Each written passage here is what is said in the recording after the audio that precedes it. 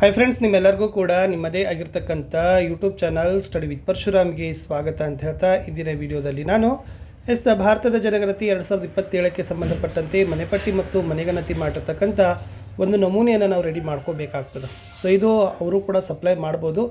But ನಿನ್ನೆ ಒಂದು charge ಆಫೀಸರ್ಗಿರ್ತಕ್ಕಂಥ ಆದೇಶದಲ್ಲಿ ಅವರು ಸ್ಪಷ್ಟವಾಗಿ ಏನು ಮಾಡಿದ್ದಾರೆ ಕೊಟ್ಟಿದ್ದಾರೆ. ಸೊ ಗಣತಿದಾರರು ಈ ಥರ ಕಟ್ಟಡ ಸಂಖ್ಯೆ, ಕಟ್ಟಡದ ವಿಧ, ಜನಗಣತಿ ಮನೆ ಸಂಖ್ಯೆ, ಆಮೇಲೆ ಕುಟುಂಬದ ಮುಖ್ಯಸ್ಥರು ಮೊಬೈಲ್ ಸಂಖ್ಯೆ ಒಳಗೊಂಡ ಒಂದು ಫಾರ್ಮೆಟನ್ನು ರೆಡಿ ಮಾಡಿ ಇಟ್ಕೋಬೇಕು ಅಂತ ಹೇಳಿದ್ದಾರೆ. ಸೊ ಬಟ್ ಅದರ ಏನಾದ್ರು ಫಾರ್ಮೆಟ್ ಕೊಟ್ಟಿಲ್ಲ, ಜಸ್ಟ್ ಮಾಹಿತಿಯನ್ನು ಕೊಟ್ಟಿದ್ದರು. ಸೊ ಅದರ ಆಧಾರದ ಮೇಲೆ ನಾನೇ ಏನು ಮಾಡಿದ್ದೇನೆ ಅಂದರೆ, ಒಂದು ನೀವು ಮನೆಪಟ್ಟಿ ಮತ್ತು ಮನೆಗಣತಿ ಮಾಡಿದ ನಂತರ ಪ್ರತಿಯೊಂದು ಮನೆಯದು ಈ ಥರ ತಾವು ಏನು ಮಾಡಿಕೊಡ್ರಿ, ರೆಡಿ ಮಾಡಿ ಇಟ್ಕೊಡ್ರಿ. ಯಾವಾಗ ನಿಮಗೆ ಚಾರ್ಜ್ ಆಫೀಸರ್ ಕೇಳ್ತಾರಲ್ಲ ಅವಾಗ ಇದನ್ನು ನೀವು ಏನು ಮಾಡಬೇಕಾಗ್ತದೆ, ನಿಮ್ಮ ಸಹಿ ದಿನಾಂಕದೊಂದಿಗೆ ನೀವು ಕೊಡಬೇಕಾಗ್ತದೆ. ಅಂದರೆ ಆ ಮೊಬೈಲ್ ಅಪ್ಲಿಕೇಶನಲ್ಲಿನೂ ಕೂಡ ಅಷ್ಟೇ ಕಟ್ಟಡಗಳಿರಬೇಕು, ಇಲ್ಲಿನೂ ಅಷ್ಟೇ ಕಟ್ಟಡ ಇರಬೇಕು. ಅಲ್ಲಿರ್ತಕ್ಕಂಥ ಮಾಹಿತಿ, ಇಲ್ಲಿರ್ತಕ್ಕಂಥ ಮಾಹಿತಿ ತಾಳೆ ಆಗಬೇಕು.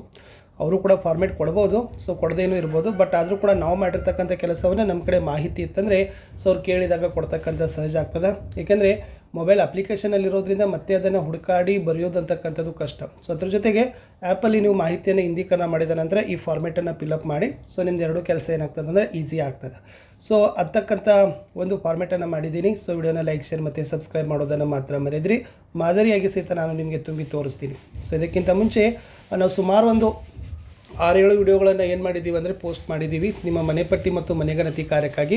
ಸೊ ಅವುಗಳ ಲಿಂಕನ್ನು ವಿಡಿಯೋದ ಡಿಸ್ಕ್ರಿಪ್ಷನ್ ಬಾಕ್ಸ್ನಲ್ಲಿ ಕೊಟ್ಟಿದ್ದೀನಿ. ಸೊ ದಯಮಾಡಿ ಅವುಗಳನ್ನು ಸಹಿತ ನೋಡಿದರೆ ಸೊ ಖಂಡಿತ ನಿಮ್ಮ ಮನೆಪಟ್ಟಿ ಮತ್ತು ಮನೆ ಕಾರ್ಯಾಚರಣೆಯ ಕೆಲಸ ತುಂಬಾ ಈಸಿ ಆಗ್ತದೆ. ಸೊ ನಿಮ್ಮ ಜಿಲ್ಲೆ ಹೆಸರು ಮತ್ತು ಸಂಕೇತ ಸಂಖ್ಯೆ ಅಂತ ಬರೀರಿ. ಇದೆಲ್ಲ ನಿಮ್ಮ ಆರ್ಡರ್ ಕಾಪಿಯಲ್ಲಿದೆ, ಓಕೆನಾ. ಸೊ ನಿಮಗೇನು ನೇಮಕಾತಿ ಮಾಡಿ ಆದೇಶವನ್ನು ಹೊರಡಿಸಿದಾರಲ್ಲ ಆ ಆರ್ಡರ್ ಕಾಪಿಯಲ್ಲಿ ಇರ್ತಕ್ಕಂಥ ಜಿಲ್ಲೆ ಹೆಸರು, ಸಂಕೇತ, ನಿಮ್ಮ ತಾಲೂಕು ಮತ್ತು ತಹಸೀಲು ಅಥವಾ ಹೋಬಳಿ ಬರೀರಿ. ಗ್ರಾಮ, ಪಟ್ಟಣ, ವಾರ್ಡ್ ಸಂಕೇತ ಇದು ಕೇವಲ ಸಿಟಿಯವರಿಗೆ ಮಾತ್ರ ಇದೆ. ಮನೆಪಟ್ಟಿ ಬ್ಲಾಕ್ ಸಂಖ್ಯೆ, ನಿಮಗೆ ಎಷ್ಟು ಮನೆಪಟ್ಟಿ ಕೊಟ್ಟಿದ್ದಾರೆ ಅನ್ನೋದನ್ನು ಬರೀರಿ. ಮೇಲ್ವಿಚಾರಣಾ ವೃತ್ತದ ಸಂಖ್ಯೆ, ನಿಮ್ಮ ಸೂಪರ್ವೈಸರ್ ಸರ್ಕಲ್, ಆಮೇಲೆ ನಿಮ್ಮ ಹೆಸರು ಮತ್ತು ಮೊಬೈಲ್ ನಂಬರ್ ಇದು ಗಣತಿದಾರರಿದೆ. ಸೊ ನಿಮಗೆ ಬೇಕಾಗಿದ್ದರೆ ನೀವೇನು ಮಾಡ್ಬೋದು, ಈ ಮೇಲ್ವಿಚಾರಕರ ಹೆಸರು ಮತ್ತು ಸಹಿ ಮೊಬೈಲ್ ಸಂಖ್ಯೆಯನ್ನು ಕೂಡ ನೀವೇನು ಮಾಡ್ಬೋದು, ಇಲ್ಲಿ ಒಂದು ಆ್ಯಡ್ ಮಾಡ್ಬೋದು, ಮಾಡ್ದೇನೂ ಇರ್ಬೋದು. ಈಗ ಜಸ್ಟ್ ನಾನು ನಿಮಗೆ ತೋರಿಸ್ತಾ ಹೋಗ್ತೀನಿ, ಒಂದೆರಡನ್ನು ಕೂಡ ಬರಿತೀನಿ. ಸೊ ಕ್ರಮ ಸಂಖ್ಯೆ 1 ಇದೆ, ಕಟ್ಟಡ ಸಂಖ್ಯೆ CN 1 ಹಾಕ್ತೀನಿ. ಸೊ ಕಟ್ಟಡದ ವಿಧ ಬಂದುಬಿಟ್ಟು ಏನಿದೆ ಅದು ಪಕ್ಕಾ ಇದೆ, ಓಕೆ. ಸೊ ಪಕ್ಕಾ ಇದೆ. ಸೊ ಜನಗಣತಿ ಮನೆ ಸಂಖ್ಯೆ 0001 ಆಗ್ತದೆ. ಜನಗಣತಿ ಮನೆ ಉದ್ದೇಶ ವಾಸ, ಅಲ್ಲಿರ್ತಕ್ಕಂಥ ಕುಟುಂಬದ ಸಂಖ್ಯೆ 1001. ಸೊ ಹೆಸರು ಬರಿತೀರಿ. ಸೊ ಹೆಸರು ಏನಿತ್ತಪ್ಪ ಅಂತಂದರೆ ಸೊ ಸದಾನಂದ ಅಂತ ನಾನೇನು ಮಾಡ್ತೀನಿ ಬರಿತೀನಿ. ಸೊ ನಿಮ್ಮ ಮೊಬೈಲ್ ನಂಬರ್ಗಳನ್ನ ಕೂಡ ನೀವೇನು ಮಾಡ್ತೀರಪ್ಪ ಅಂತಂದರೆ ಬರಿತೀರಿ, ಓಕೆ. ಆಯಿತು. ಇನ್ನು ಸೇಮ್ ನೆಕ್ಸ್ಟ್ ಮತ್ತೆ 2ಕ್ಕೆ ಹೋಗ್ತೀರಿ. ಸೊ ಸೆಕೆಂಡಲ್ಲಿ ಇರ್ತಕ್ಕಂಥದ್ದು CN 2 ಇದೆ. ಕಟ್ಟಡ ಸಂಖ್ಯೆ ಇದು ಕಚ್ಚಾ ಇದೆ ಅಂತ ತಿಳ್ಕೊಳ್ರಿ, ಕಚ್ಚಾ ಇದೆ. ಸೊ ಜನಗಣತಿ ಮನೆ ಸಂಖ್ಯೆ 0002 ಬರ್ತದೆ, ಓಕೆ. ಜನಗಣತಿ ಮನೆ ಉದ್ದೇಶ ಏನಿದು, ಇದು ಸಂಸ್ಥಾ ರೂಪದ ಕಟ್ಟಡ ಇದೆ ಅಂತ ತಿಳ್ಕೊಳ್ರಿ. ಸೊ ನಾವೇನು ಬರೆಯೋಣ, ವಾಸೇತರ ಅಂತ ಬರಿತೀನಿ. ಸೊ ವಾಸೇತರ ಕುಟುಂಬ ಸಂಖ್ಯೆ ಎಷ್ಟು ಬರ್ತದೆ, 999 ಬರ್ತದೆ. ಇದು ಅಂಗನವಾಡಿ ಕೇಂದ್ರ ಅಂತ ಬರಿಬೋದು. ಏನು, ಅಂಗನವಾಡಿ ಕೇಂದ್ರ. ಇದಕ್ಕೇನು ಮೊಬೈಲ್ ನಂಬರ್ ಇರೋದಿಲ್ಲ. ಸೊ ಮೊಬೈಲ್ ನಂಬರ್ ಡ್ಯಾಶ್ ಮಾಡಿ ಬಿಡ್ತೀರಿ. Third CN 3 ಬರಿತೀರಿ. CN 3 ಕಟ್ಟಡ ಸಂಖ್ಯೆ ಇದಿರ್ತಕ್ಕಂಥದ್ದು ಪಕ್ಕ. ಇಲ್ಲಿರ್ತಕ್ಕಂಥ ಜನಗಣತಿ ಮನೆಗಳ ಸಂಖ್ಯೆ 2 ಇದಾವಂತ ತಿಳ್ಕೊಡ್ರಿ. ಒಂದು 0003 ಬರ್ತದೆ ವಾಸ. ಇಲ್ಲಿ 2 ಕುಟುಂಬ ಇದಾವಂತ ತಿಳ್ಕೊಡ್ರಿ. 002 ಬರ್ತದೆ, 003 ಬರ್ತದೆ, ಓಕೆ. ಸೊ ಇಲ್ಲಿನೂ ಕೂಡ ಅವರು ಹೆಸರುಗಳನ್ನ ಬರಿತೀರಿ. ಸೊ ನಾನು ಹೆಸರು ಬರೆದಿದ್ದೀನಿ. ಸೊ ರಾಜು. ಇನ್ನೊಂದು ಕುಟುಂಬದ ಸದಸ್ಯರ ಮುಖ್ಯಸ್ಥರ ಸಂಖ್ಯೆ ನವೀನ ಇದೆ. ಸೊ ಇಲ್ಲಿ ಅವ್ರದ್ದು ಏನು ಮಾಡ್ತೀರಿ, ಹೆಸರನ್ನು ತೊಗೊಳ್ತೀರಿ, ಓಕೆ. ಇನ್ ಕೇಸ್ SC ಮಾಡಿದ್ರೆ ಅಂತ ತಿಳ್ಕೊಡ್ರಿ, ಓಕೆ. ಈ ನವೀನ ಏನು ಮಾಡಿದ್ದಾನೆ, SC ಮಾಡಿದ್ದಾನೆ. ಇನ್ನೊಂದು ಮೊಬೈಲ್ ನಂಬರ್ ಬರೀತೀರಿ. ಅವಾಗ ಶರಾದಲ್ಲಿ ಏನು ಮಾಡಿ ಅಂದರೆ SC ಅಂದರೆ ಸ್ವಯಂ ಗಣತಿ ಮಾಡಿದ್ದಾರೆ ಅನ್ನೋದನ್ನು ಮಾಹಿತಿ ನಿಮ್ಗೆ ಏನಾಗ್ತದೆ ಸಿಗ್ತದೆ. ಇಷ್ಟೆಲ್ಲ ಬರೆದು ಕೂಡಲೇ ನೀವು ಲಾಸ್ಟ್ ಕೆಳಗೆ ಏನು ಮಾಡಬೇಕು ಅಂತಂದರೆ ಅಪ್ ಟು ಕಂಪ್ಲೀಟ್ ಆದ ನಂತರ ನಿಮ್ಮ ಗಣತಿದಾರರ ಹೆಸರು ಮತ್ತು ಸಹಿ ದಿನಾಂಕದೊಂದಿಗೆ,